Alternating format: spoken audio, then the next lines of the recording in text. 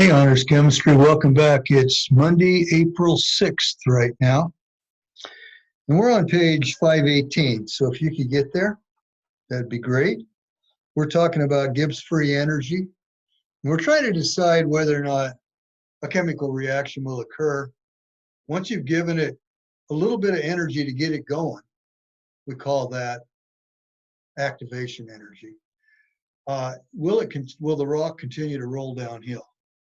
For example, when you start a log burning, will it continue to run as long as there is log left? And the answer to that is yes. Did it require little activation energy to begin with to get it rolling? Yes. But once you got it started, does it continue to go? And the way you predict that is whether or not you're having to add energy or whether it's self-sustaining. In the case of burning a log, it's self-sustaining. You don't have to keep pumping in energy. It pumps in its own energy because it's pulling apart those atoms. All right, and you know the bond energy, releasing that bond energy and continuing itself to drive. And the other aspect of it is it going to more randomness? If it's going to more randomness, that's naturally occurring in nature. It's a process that feeds itself. Things do not get more, you might say, polished. They slow down, they cool off, and they fall apart. Materials in the natural world will do that left alone. And they don't become more sophisticated. So even the ideas that we're discussing today about entropy fly in the face of evolution. Just putting that out there. So here we go. Gibbs free energy equation goes like this. Delta G at standard conditions, 25 degrees Celsius, 1 atmosphere, is equal to delta H minus T delta S. Now, this is called enthalpy, this is called entropy, this is called Kelvin temperature, and this is called Gibbs free energy. And when we plug the equation, if the Gibbs free energy is negative, that means that the equation will drive toward the products naturally without any interference. So it is spontaneous. If delta G is positive, it's not spontaneous. So let's take a look on page 519 and take a look at the table at the bottom of the page.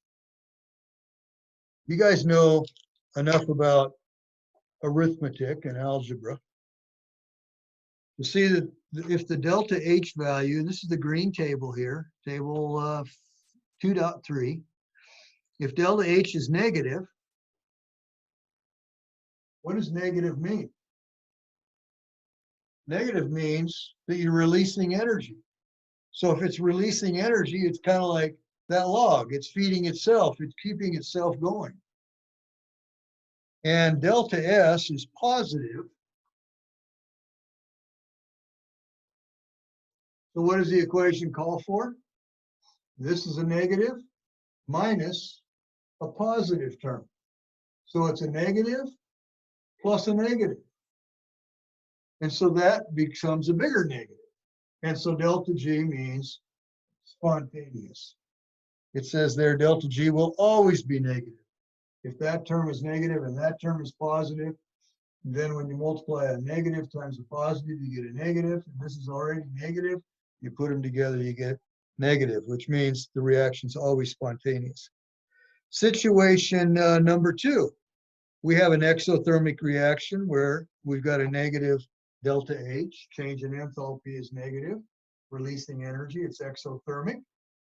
And delta S is also, well, it's also negative. So what is a negative times a negative? Isn't it a positive? So here you have a positive, and that could offset the negative. But the mere fact that it is a negative combined with a positive it means that this could be negative. It could be spontaneous. And it's spontaneous at low temperatures.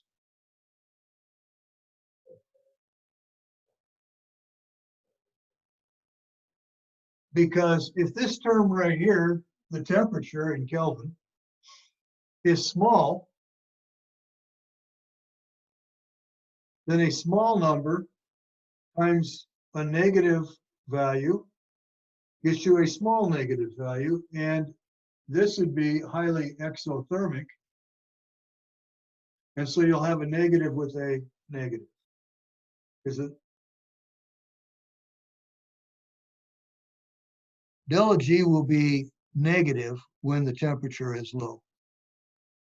And so it'll be spontaneous at low temperature, non-spontaneous at high temperature.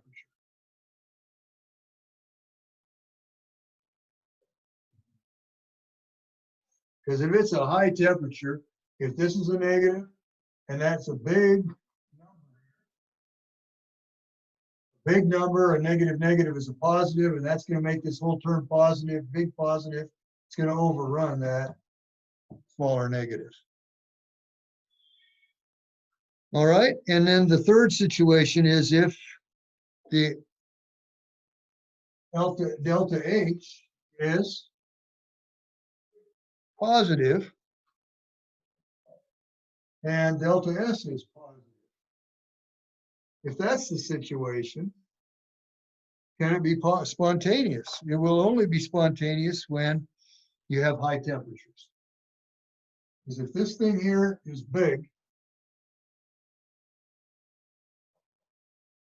and delta S is positive, if you have a big number times a positive, and then you're subtracting it, you're going to have a big negative that's going to overrun the positive. A big negative, big temperature produces a big negative over here that overruns the positive delta H over there.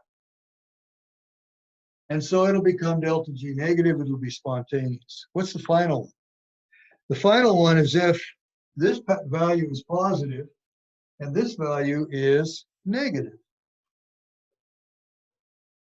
So if you take that delta S and make it negative,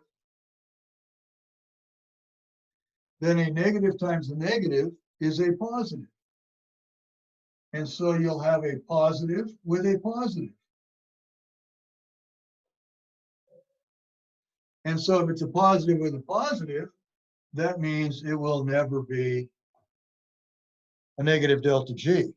The Gibbs free energy will not be negative ever. So it will not be spontaneous. So what does all of this mean?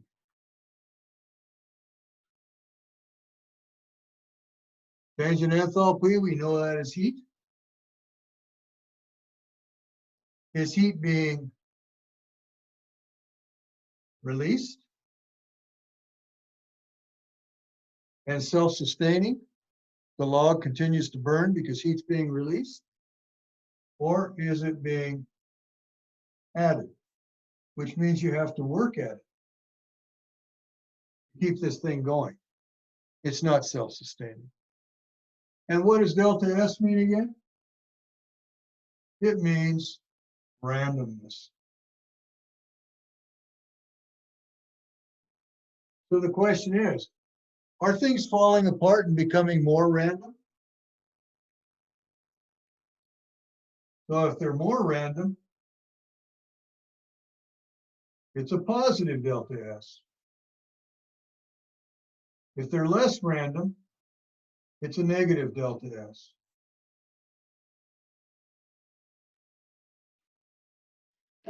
Tomorrow, we're going to go ahead and work the numbers and work some problems. We just covered page 518 and 519, and the problem we get to work is 520. And I'm going to do some problems. I'm just going to ask you some basic questions about this on your quiz. Have a nice day.